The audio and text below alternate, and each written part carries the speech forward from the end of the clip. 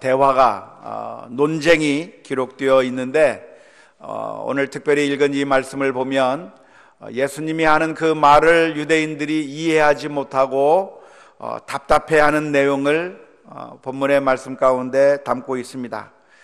예수님께서는 태초부터 내가 있었다, 태초부터 계신 하나님이며 그리고 이 세상에 내려와서 지금 사역하고 있지만 내가 아브라함이 있기 전부터 있었다고 하는 사실을 오늘 본문에서 말씀해 주고 있는데 유대인들은 예수님의 이러한 주장을 전혀 용납할 수가 없었던 것 같습니다. 예수님께서 말씀하시기를 내가 내게 영광을 돌리면 내 영광이 아무것도 아니거니와 내게 영광을 돌리시는 이는 내 아버지시니 곧 너희가 너희 하나님이라 칭하는 그이시라. 너희들이 하나님으로 섬기는 그 아버지께서 내게 영광을 돌리고 있다고 주장할 뿐만 아니라 너희는 그를 알지 못하되 나는 아노니 만일 내가 알지 못한다 하면 나도 너희같이 거짓말쟁이가 되리라. 나는 그를 알고 또 그의 말씀을 지키노라 말씀하시면서 예수님께서 하나님을 잘 알고 계시고 하나님의 마음과 교통하고 있다고 하는 사실을 이야기하게 될 때에 완전 이거 미쳤구나.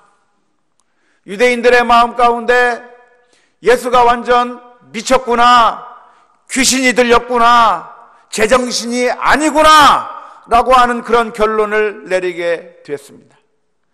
우리나라 말에 미친 개에게는 뭐가 약이라고 하죠? 몽둥이가 약이라고 하는데 유대인들은 지금 예수님을 바라보면서 돌을 들어 예수님을 치려고 하고 있는 그 이유가 무엇입니까? 예수님이 제정신이 아니고 미친 것 같다, 악령에 씌인 것 같다, 귀신에 들린 것 같다 생각이 되기 때문에 지금 유대인들은 예수님을 향해서 돌을 들어서 치려고 하고 있는 모습을 오늘 본문에 기록하고 있습니다.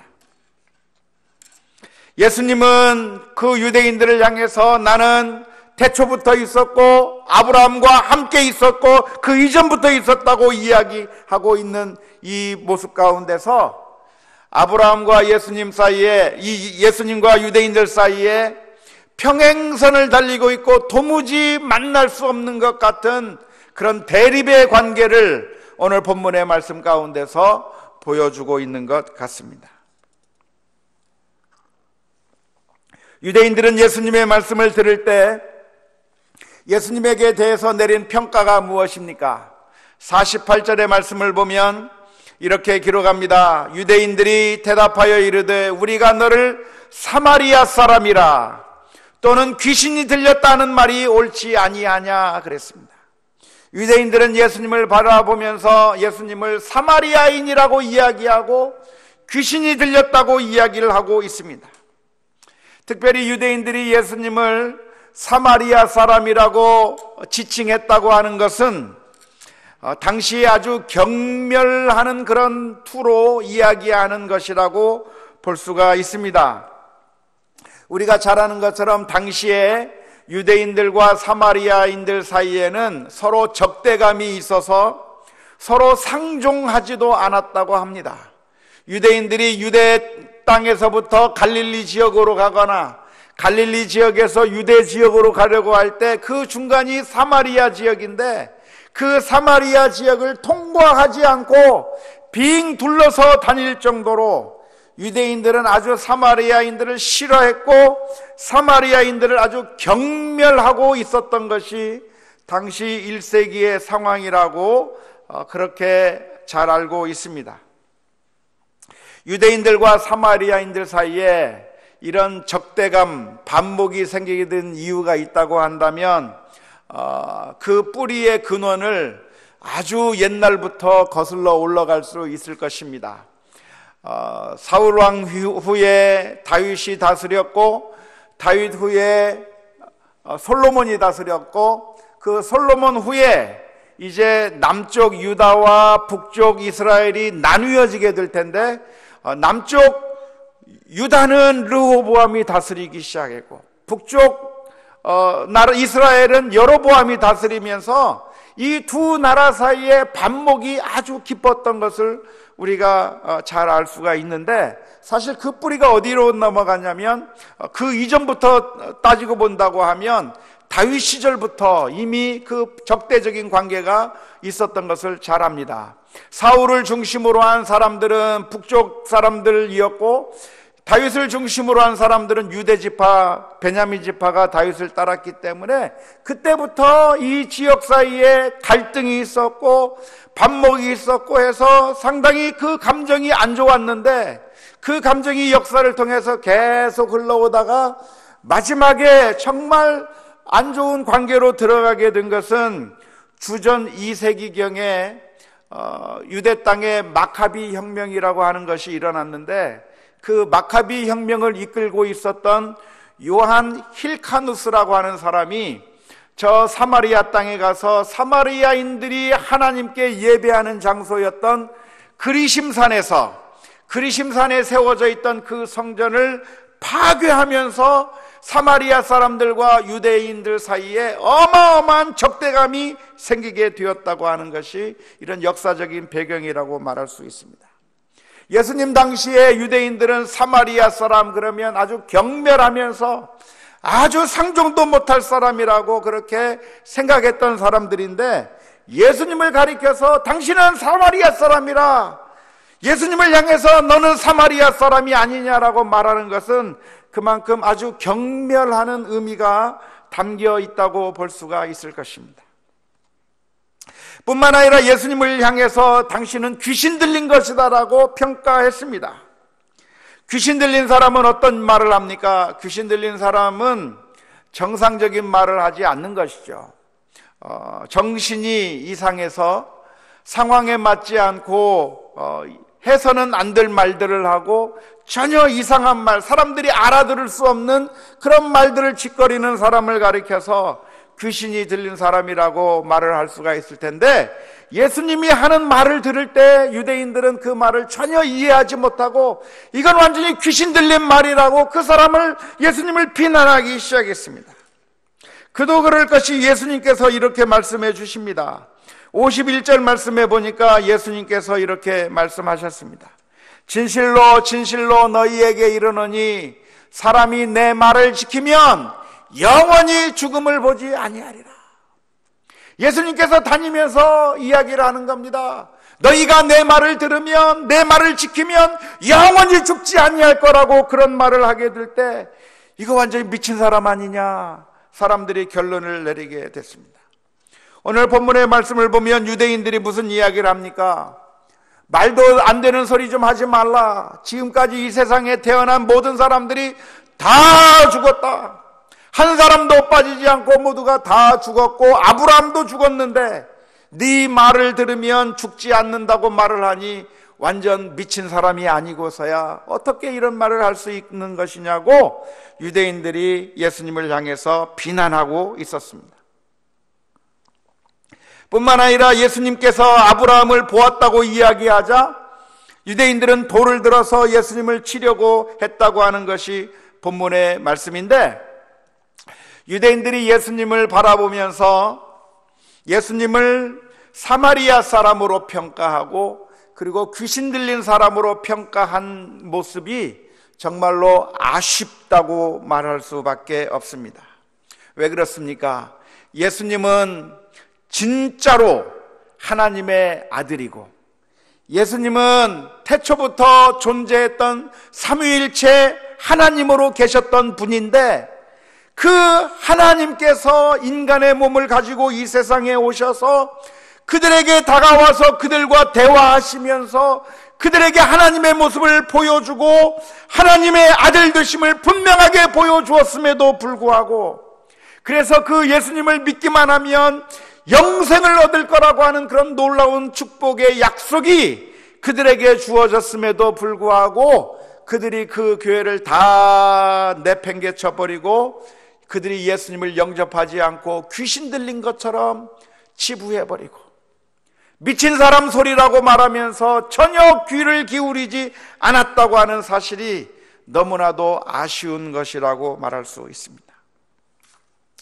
이 당시 유대인들은 예수님을 직접 눈으로 보았을 뿐만 아니라 예수님의 말씀을 직접 자신들의 귀로 들었고, 예수님께서 행하시는 그런 놀라운 표적들을 자신들의 눈으로 직접 목격했을 뿐만 아니라 하나님께서 주시는 그 놀라운 표적들을 널리 베풀어 주실 때 그들은 예수님이 정말 하나님의 아들이라고 하는 사실, 예수님이 하나님의 아들로서 우리를 구원하러 오셨다고 하는 그 사실을, 그 증거들, 표적들을 너무나도 많이 보았음에도 불구하고 유대인들은 예수님을 전혀 믿지 않았기 때문에 그렇습니다.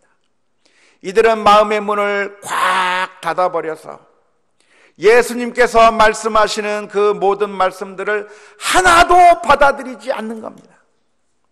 예수님께서 말씀하실 때 그 말씀을 들으면서 정말 그런 것은 아닐까? 예수님께서 하시는 이 말씀이 우리가 한번 따져봐야 되지 않을까? 한 번이라도 자신들이 겸손하게 그 예수님의 말씀을 진지하게 고민해 보려고 하는 그런 마음의 태도가 하나도 없었던 것입니다. 예수님께서 기적도 베푸시고 표적을 보여주시고 예수님께서 그들의 마음을 꿰뚫어 보시면서 말씀해 주실 때 그들이 마음 가운데 감명을 받고, 아, 정말 예수님이 진짜가 아닐까? 하나님께서 구약 성경 가운데 약속해 놓으셨던 바로 그 메시아가 아닐까? 한 번이라도 한 번 더 생각해 보고, 혹시라도 이분이 바로 그 예수님이 아닌가, 메시아가 아닌가, 한 번이라도 더 생각해 볼 수만 있었더라고 한다면 얼마나 좋았겠습니까마는, 안타깝게도 이 사람들은 마음의 문을 꽉 닫아버렸어요. 마음의 문을 꽉 닫아버려서 예수님께서 해주시는 그 말씀은 무조건 거부하는 겁니다. 아무 말씀도 그 예수님의 말씀을 듣지 않는 겁니다.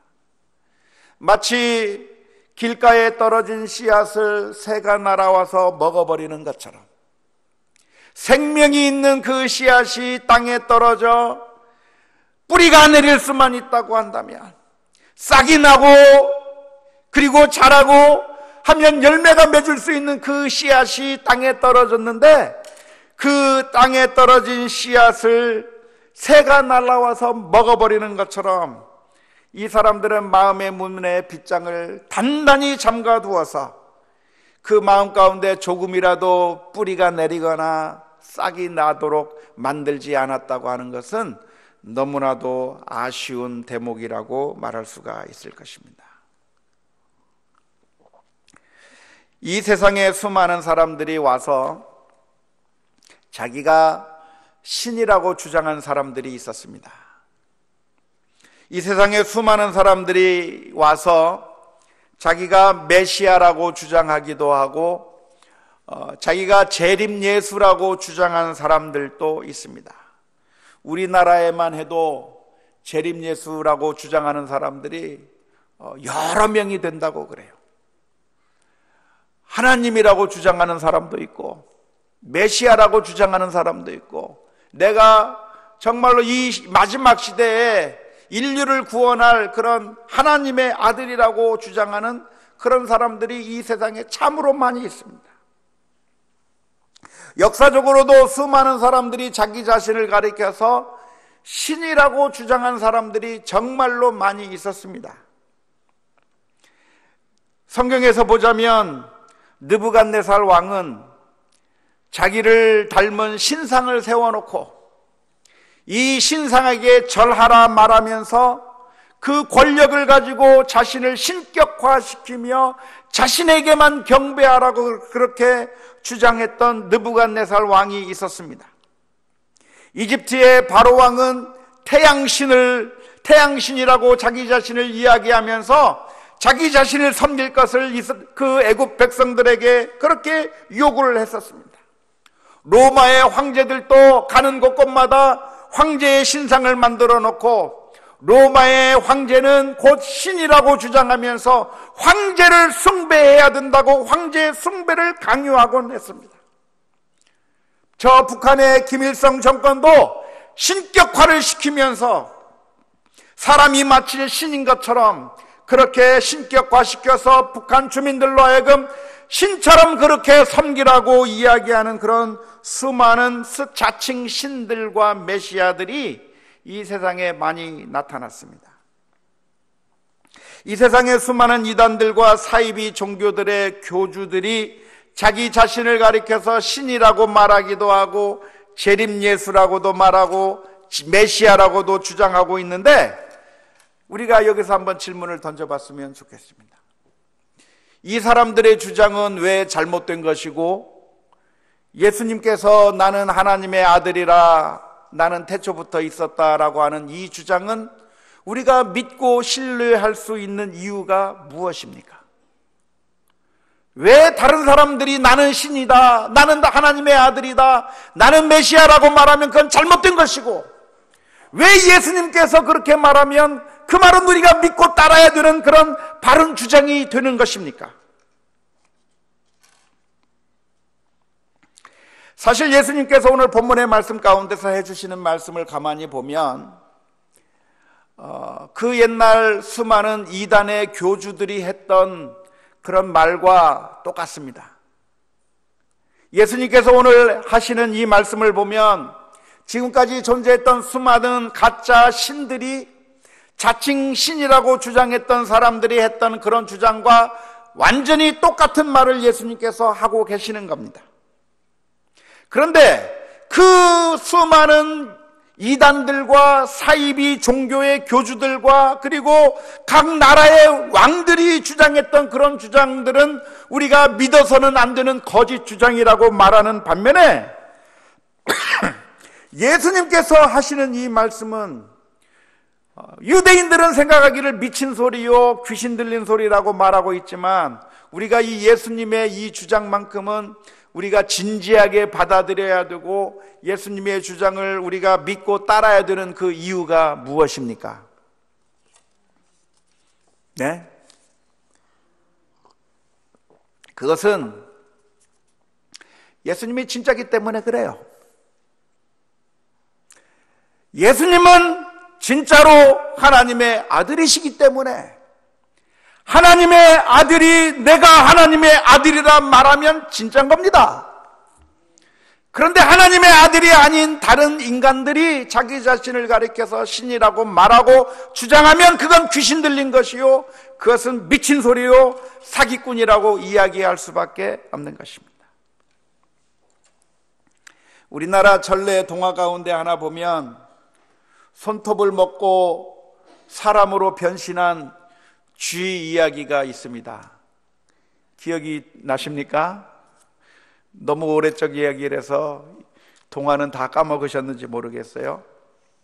옛날 어느 마을에 절에 딸린 암자에서 공부하던 도령이 한 명 있었는데, 도령이 손톱을 깎고 발톱을 깎아서 아무데나 버리니까 자신의 손톱 발톱을 아무렇게나 깎아서 버리면 안 된다, 그렇게 버리면 나쁜 일이 생기니까 그러지 말라 그랬지만, 그 도령은 개의치 않고 계속해서 손톱과 발톱을 깎아서 아무데나 버렸습니다. 나중에 집에 들어가 보니까 자기랑 똑같이 생긴 사람이 먼저 자기 집에 와서 아들 행세를 하고 남편 행세를 하는 겁니다.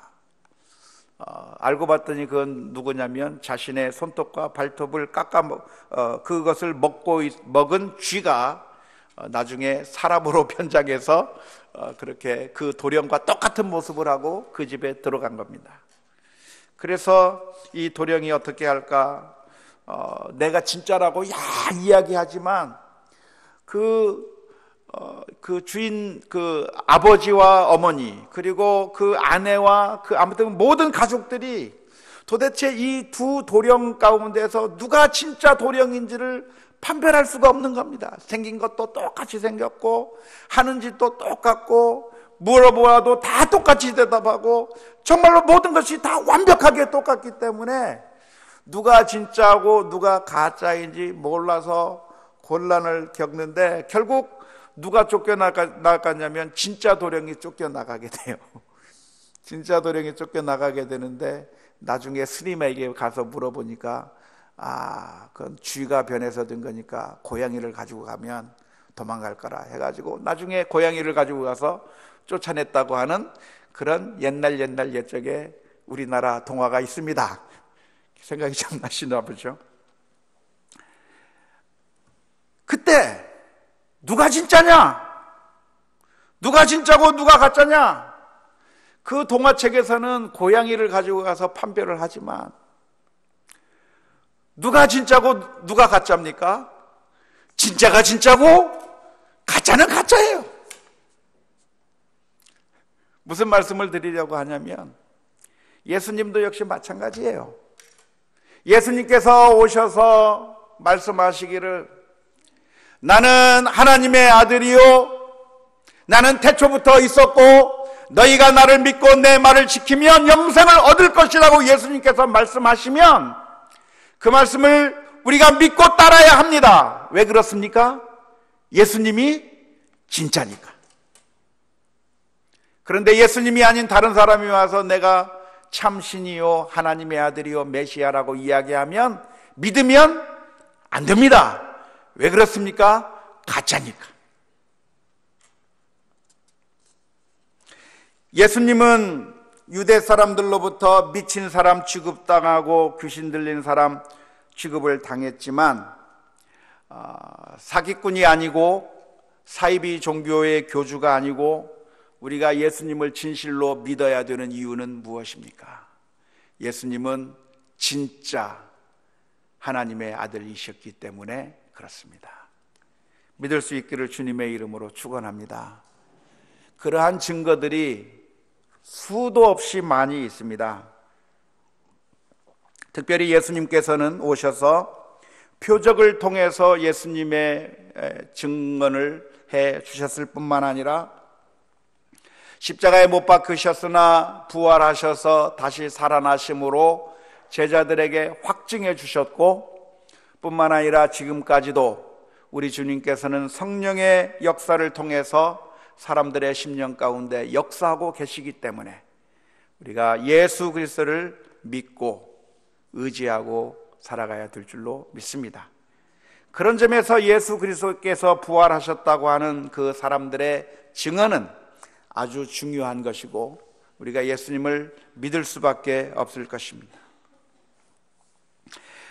사실 오늘날을 사는 우리들은 예수님 당시에 살던 사람들이 아닌 바로 우리들은 2000년이나 뒤에 살고 있는 우리들에게는 사실 예수님이 하나님의 아들인 그 증거가 희미하게 보일지도 모르겠습니다.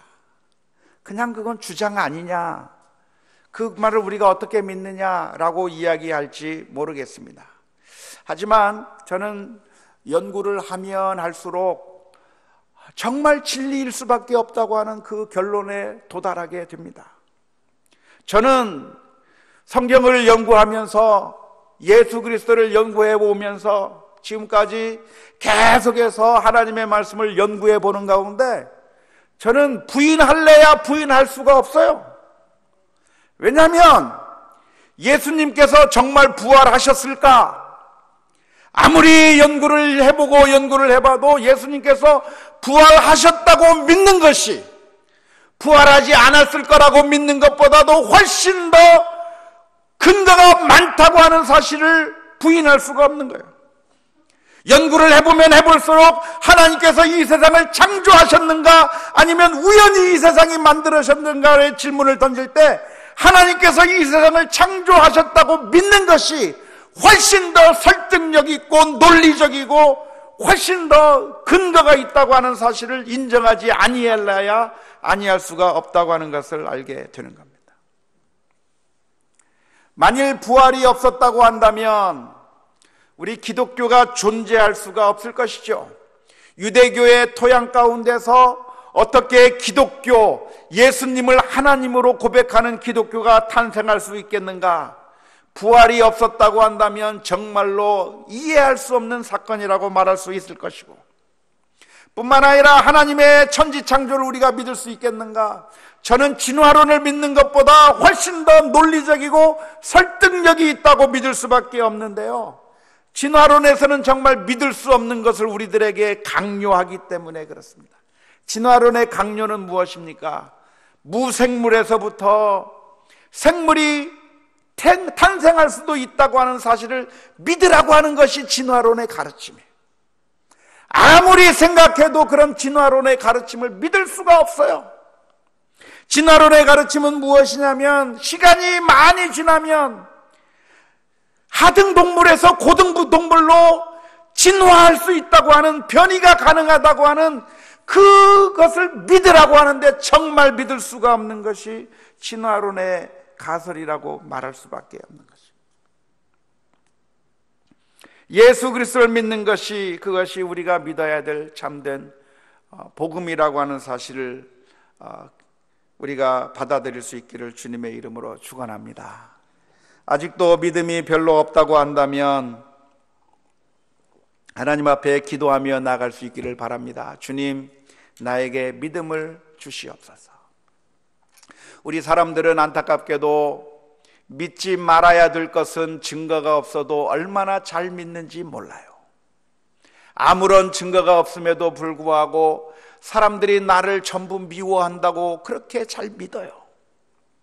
아무런 증거가 없는데도 불구하고 돈이 우리를 행복하게 해줄 거라고 그렇게 철석같이 믿고 있어요.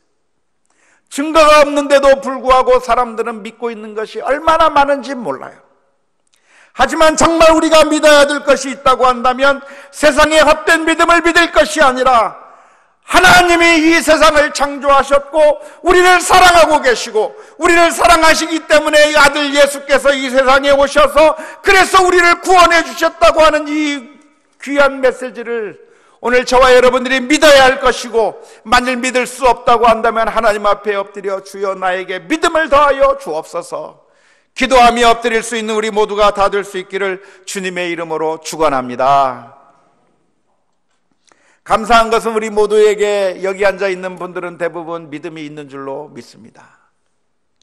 놀라운 것은 유대인들이 이렇게 거부하면서 믿지 않았던 그 믿음이 우리 이 자리에 앉아 있는 대부분의 성도님들 다 가지고 계신 줄로 믿습니다. 이것이 얼마나 감사한지 몰라요. 어떤 사람들에게는 이런 믿음이 무모해 보이고 아무런 근거가 없어 보이고 아무런 이유 없이 그냥 하나님을 믿는 거라고 그렇게 비웃게 될런지도 모르겠습니다. 아무런 증거가 없는데 어떻게 믿느냐, 그렇게 비웃을런지도 모르겠습니다. 하지만 놀라운 것은 우리의 눈에는 보이지 않는다고 할지라도 하나님의 사랑을 저와 여러분들이 믿는 것이 당연한 줄로 믿습니다. 더 나아가서 하나님께서 우리를 선택하실 때에도 아무런 이유도 없고 아무런 근거가 없어도 하나님께서 우리를 사랑하시고 선택하셨다고 하는 사실입니다. 하나님께서 우리를 보실 때 우리의 모습은 너무나도 연약하고 정말 집 나간 탕자가 정말 초라한 모습으로 돌아왔을 때 그 초라한 모습의 아들을 두 발 벗고 뛰어나가서 맞이하는 그런 아버지처럼 하나님께서는 우리의 연약한 모습, 정말 사랑할 수 있는 근거가 아무것도 없는 우리들을 바라보시면서도 이유 없이 우리를 사랑해 주신 그런 놀라운 사랑이 우리들에게 주어진 사랑이라고 하는 사실을 기억할 수 있기를 주님의 이름으로 축원합니다. 오늘 이 저녁에 우리가 하나님 앞에 나갈 때 우리가 또 하나 믿어야 될 것은 무엇입니까? 하나님은 우리를 사랑하시고 우리가 기도하며 간구하는 기도의 제목들마다 또한 들으시는 하나님이시요 외면치 아니하시고 우리를 바라보시는 하나님이라고 하는 사실을 기억하면서 오늘 또 담대하게 믿음으로 주님 앞에 나아갈 수 있기를 주님의 이름으로 축원합니다.